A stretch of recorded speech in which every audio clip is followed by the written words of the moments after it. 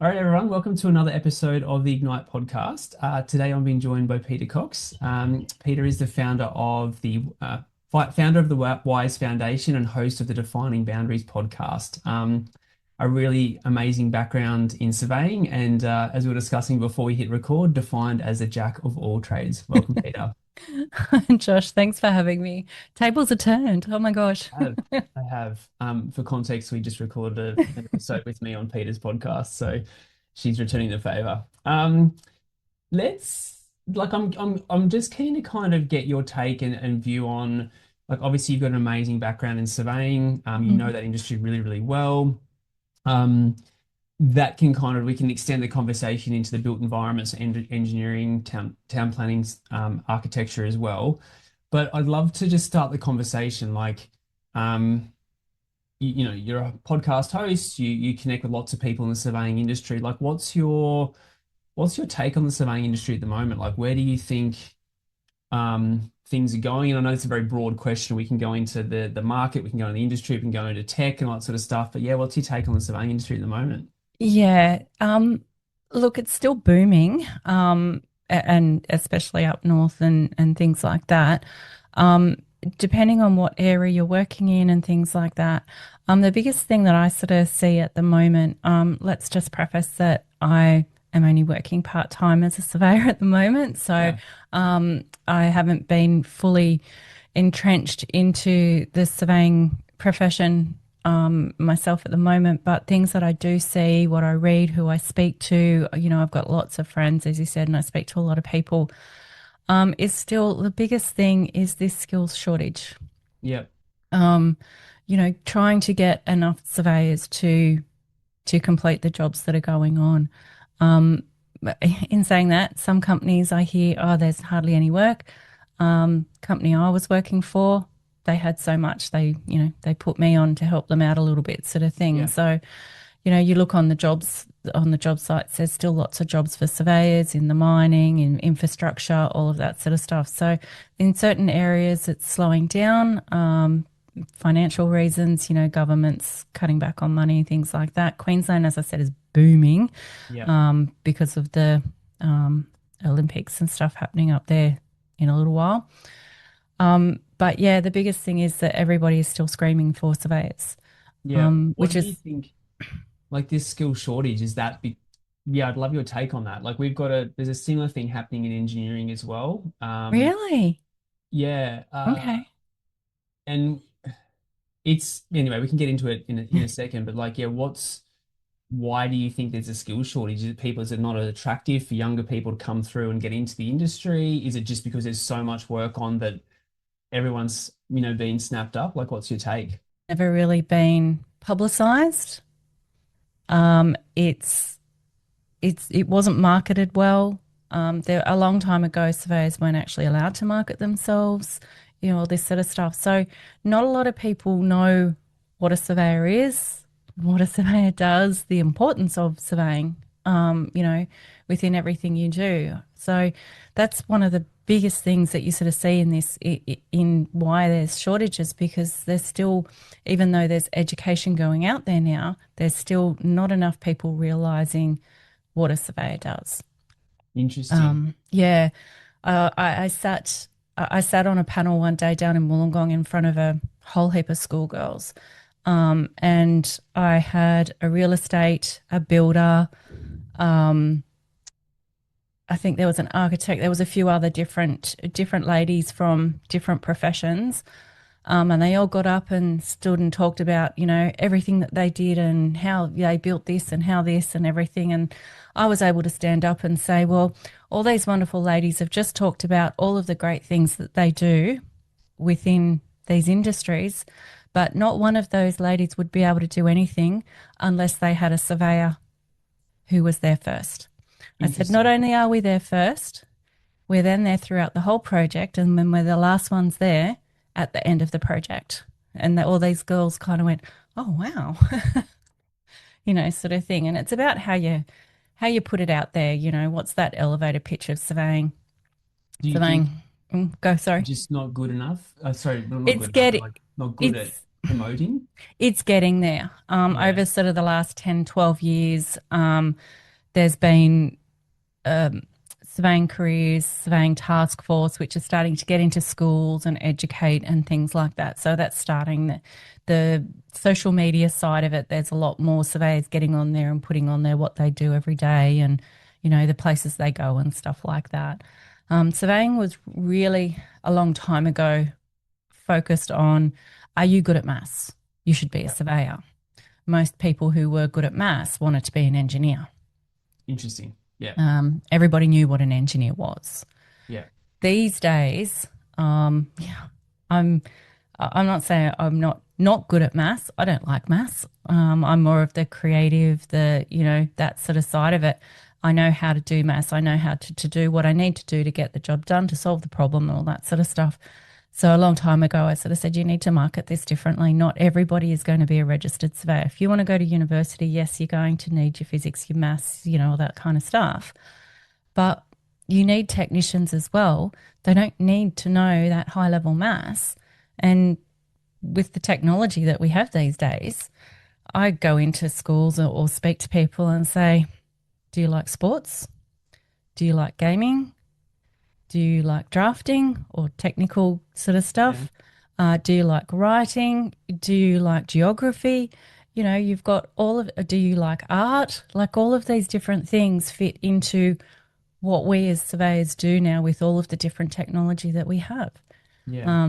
And so there's those stepping stones now that you can get in and work and then do a diploma qualification. And then if you want to go on to university, if you think that this is where your career wants to go, instead of someone just going straight into university, which is very difficult because the marks are quite high for surveying. So if you Okay. don't know what it Um, is, why would you do it?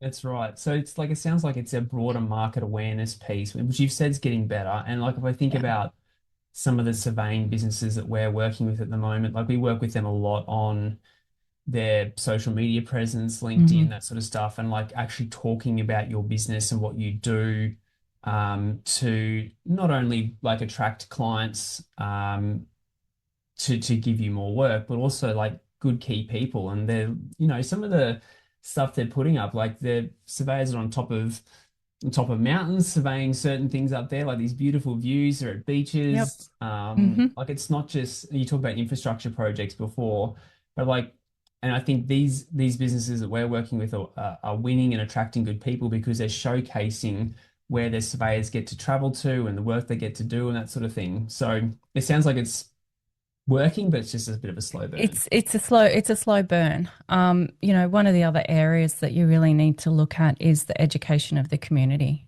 Okay. And what is a surveyor and why is it important to have surveyors and what does a surveyor do for you, sort of thing as well, because that's an area that a lot of people in the community don't know what a surveyor is. So you're hitting the school kids, you've got to hit the parents because the parents are so influential on what their kids do.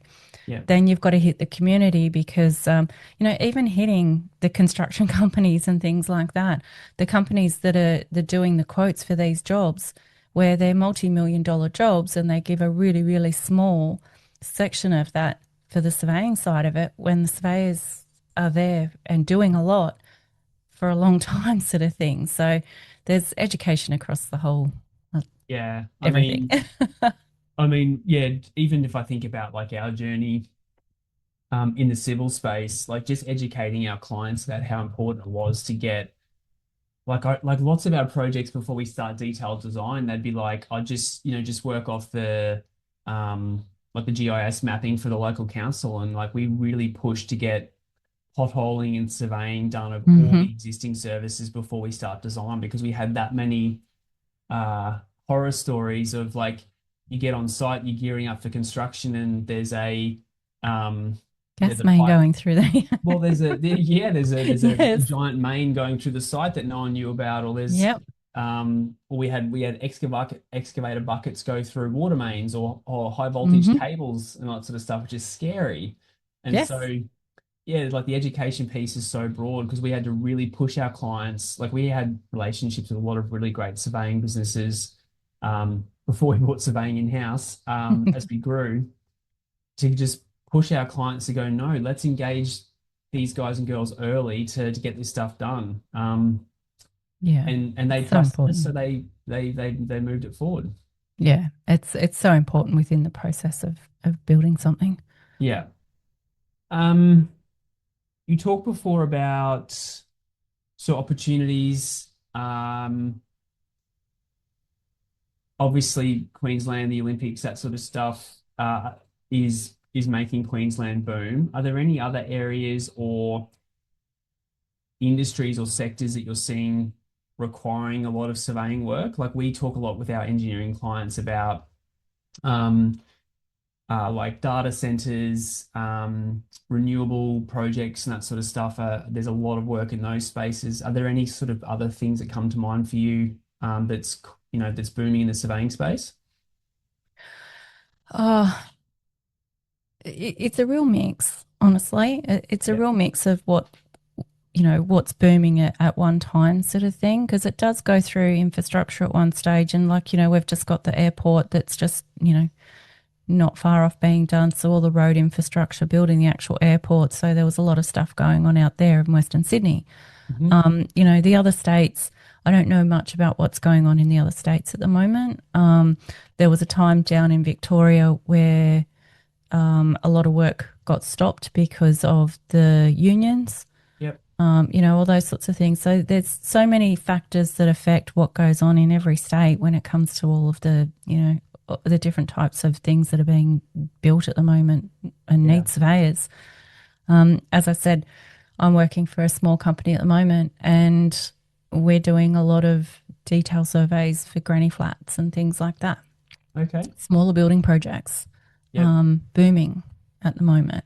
Really interesting. Yeah, so, and then another small company is turning around and saying they don't really have much on at the moment. So, what clients have you got and what are they doing? It all kind of relates into everything that where it goes. And there's always those, peaks and ebbs when it comes to surveying. We're always sort of going up and down.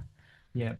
Yeah. I So, think that's yeah, the reason for asking that question is like, yeah, everyone's so busy with the now. A lot of people don't put their head up and look at the future. Like, where is the economy going? Where is the opportunities going to be?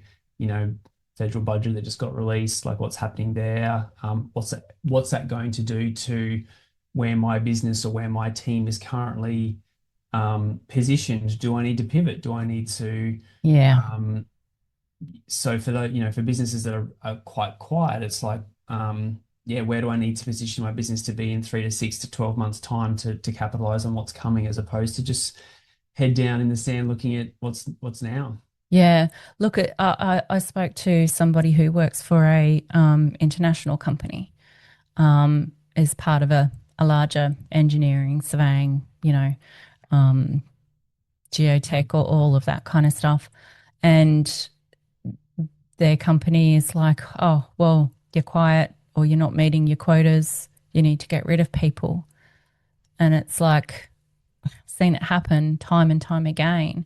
They push the section down so Mm, that they're running on a skeleton crew, because there's nothing coming or not much coming in at the moment, but they know that 6, 8 months down the track, there's going to be a massive infrastructure project, because that's, what those bigger companies are usually working on, that they're going to need to try and find people again. And they're yeah, going to be scrambling to get surveyors again. And it's really sad how the large companies work that way. yeah, They have this whole different way of managing, that they don't look at the smaller picture and go, yeah. okay, what can we do?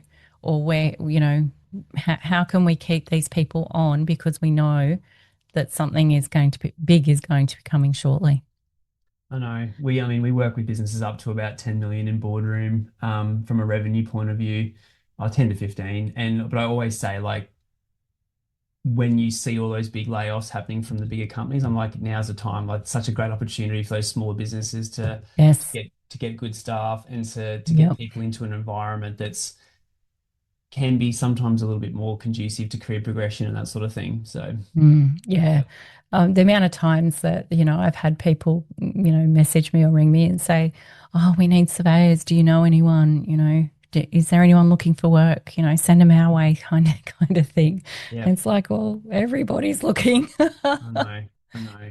Um, I'd love to switch gears a bit and talk like technology. Yeah. We don't have to do the AI thing, but like, are surveying companies like with the shortage of people, humans, are they like I've seen businesses doing like drone surveying and like all that sort of stuff. Like, where do you see that going? Do you think that's just going to become more and more Yes. norm? Yeah, Yeah. Um, well, technology, in a sense, is probably part of our downfall of having skills shortage as well. Um, you used to have two-person field parties. You'd have a chainman. They would learn the ropes. Everybody would keep moving up. A new one would come in. So you're training as you go, sort of thing. These days, you've got your robotic instruments that, shoot with lasers, measure without the prism, all of that kind of stuff. So you have a one person field party. So where are these younger ones going to learn how to do the right job, do the right processes and things like that? And then you've got, the scanning and things like that are coming in. Scanning's getting quite big. A lot of people will scan a job because it picks up more information, takes less time out in the field. It just takes more time on the processing side. so what's scanning? Is that's a Laser, drone? Oh, laser scanning. okay, all right. Yeah. So you set it up on a tripod and it just keeps picking up, and you've Oh, got a point interesting. cloud kind of thing. Yeah. Yeah, cool. So there's a lot of processing in that. Yep. That's where your automation can come in. There's a lot of companies that do automation now and pick up strings out of it and clean it up and things like that. Um, you used to have to do it all manually, massive files, all of that sort of stuff. So a lot of it gets sent overseas to be processed. Um, then you have error coming into it because they don't do all the checks and balances and things like that. So yeah, your drone surveys doing all of your stockpiling and things like that. You used to have to Yeah, walk all over it with a I remember. prism or a GPS or, that sort of thing. Yeah, you fly a drone now, you pick up your checkpoints, your ground checkpoints and stuff like that, and you do your calculations. It's all in your CAD system and makes it so much easier. Okay. It's Um, changing it, and yeah, it's the handheld slam ones now, all that sort of stuff. It's all making surveying different. and so with that, like, what are you seeing, or is this like a new kind of issue with the technology coming through? Like you mentioned that, like training of juniors is not there anymore, because it's a one-man field crew and that sort of thing. How are businesses getting around it? Like, how are they actually training people? There's the companies that do take on the younger ones and do train them Yep. and put the effort in, put the money into them. Yep. Um, they have the mentality of even if they don't stay, they would like them to stay. They realize that not every person is the right fit for their company, Yep. but they will train them because they see it's an investment in the profession. And Okay. then you get companies who go, well, why would I pay for that person to go through TAFE University and train them up for them to just leave, kind Yeah. of thing. So there's Yeah. different mentalities in that as well. But I think that's like, I've heard that before too. Like, I'm sick of training people that just leave. And for me, then it's like, well, Why are they leaving? why are they leaving? Like, Yes. where's the culture piece? Yep. Have you painted the future for that person in your business? Do they know that there's an entire progression here from, junior to mid to senior to what have you? For Yeah. me, that's not like an issue with hiring grads or hiring junior people. It's a cultural thing, Yep. and have do they actually know where they sit within your organization and where they're going? Yep. I totally agree with that because the people that say that, I pretty much could say them. Have you looked in the mirror? Yeah, yeah, Pretty much. It's like, well, I don't really know you, but I can see why straight away with the conversation that we've just had, which is really yeah, sad. It's changing. In that sense, it's changing. People are seeing value in the people that they do employ. yeah, Um, and, and, you know, I've tried to educate surveyors and business owners that people that come out of the vocational sector and the university sectors are not going to know everything. They expect them to know everything. And I have to say to them, we're there to teach them certain things, the foundations, the basics. You have to train them. You know, they're not going to come out as a fully fledged surveyor straight out of, 2 years of vocational or 4 years No. of university. You know, some people coming out of university have not stepped one day out in the actual real field sort of thing. Yeah. Yeah. I mean, it's the same across the whole sort of built environment industry. Like you're getting grads out of university or TAFE who've had like theoretical teaching around certain things, but actually sitting in a client meeting, going to site, talking to rough contractors, all that sort of stuff. Like that's all stuff that you just learn on the job. And it's part of building a really robust business or team is investing in those people to gain those skills because Yeah. um, if you're a team leader or you're a business owner kind of watching this or listening to us, it's about like how do you get results through others? And the only way you get results through others is elevating people and teaching them new skills and investing in them. Yep. It's Yeah, exactly right. yeah, I really push the project management for technical surveyors because they are pushing them up or they're sending them out to projects or to jobs and they don't know, they just know they've got to do a detail or they've got to do a set out or whatever. And it's like, why are you doing it? yeah, Who is your client? You know, how much has this job been charged out at? So you know that, why they're telling you you only have half a day. Have you looked at the proposal? Have you looked at the scope? You know, have you asked the questions of these different things? And it's made a lot of difference in some of these people, the companies that sent these younger people to these project management courses, that they get a lot out of it because they've either been thrown into it or they're emerging and coming up to it sort of thing that they can then go back to the company and go, well, I've actually just learnt this. So now I know I to ask these different questions and stuff like that. It's yeah. really important. Adding value, 100%. Adding value. Yeah. Um, so we talked a bit about um, some of the opportunities and some of the things where you see the surveying industry going. Like, what else are you like? If to people watching and listening, yeah, team leaders, up and coming surveyors, business owners, like, what are the other opportunities that you're seeing out there in the surveying industry that people could capitalize on them? The, uh, you know, the biggest thing that I can sort of say to these sort of people is don't just stay with your first job. Hmm. Um, you might be happy, but are you learning? You need to make sure that you're learning different things and you're growing.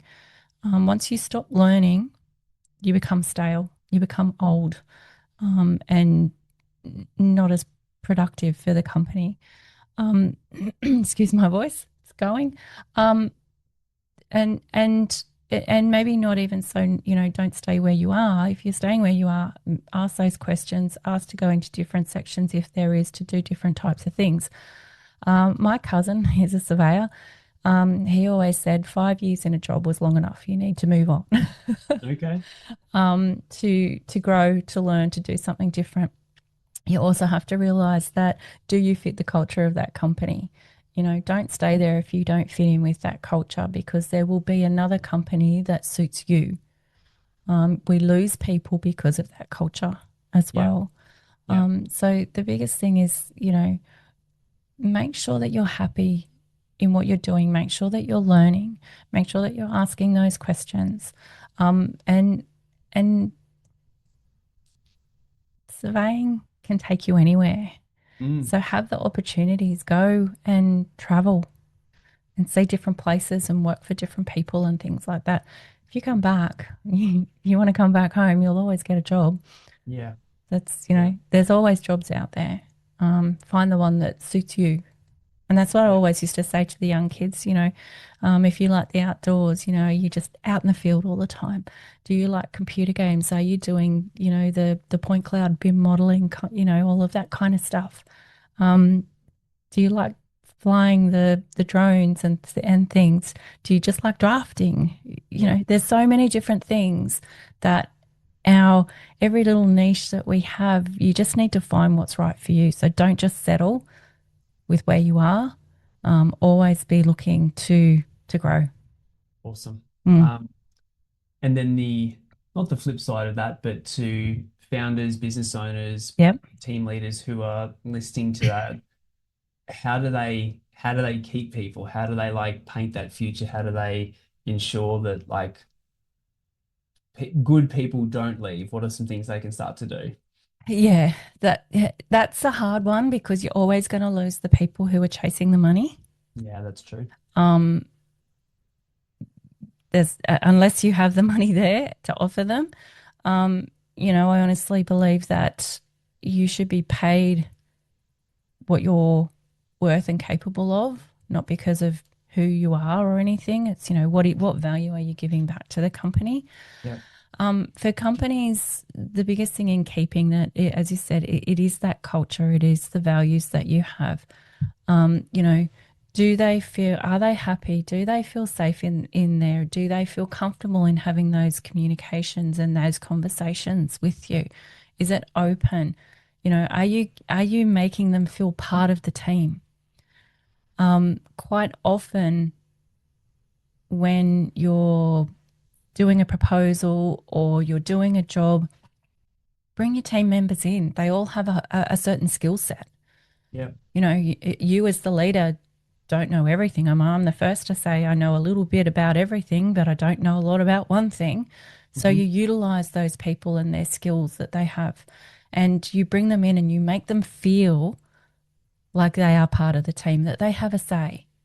Because when people feel valued, they're more likely to stay. Yeah. Yeah. Stay, learn, grow, feel Yep. like they're part of the future of the Yep. business. I like it. Yep. Yep. Awesome. Is there anything else like I guess like kind of whether we wrap this up with like Mm-hmm. a couple of questions.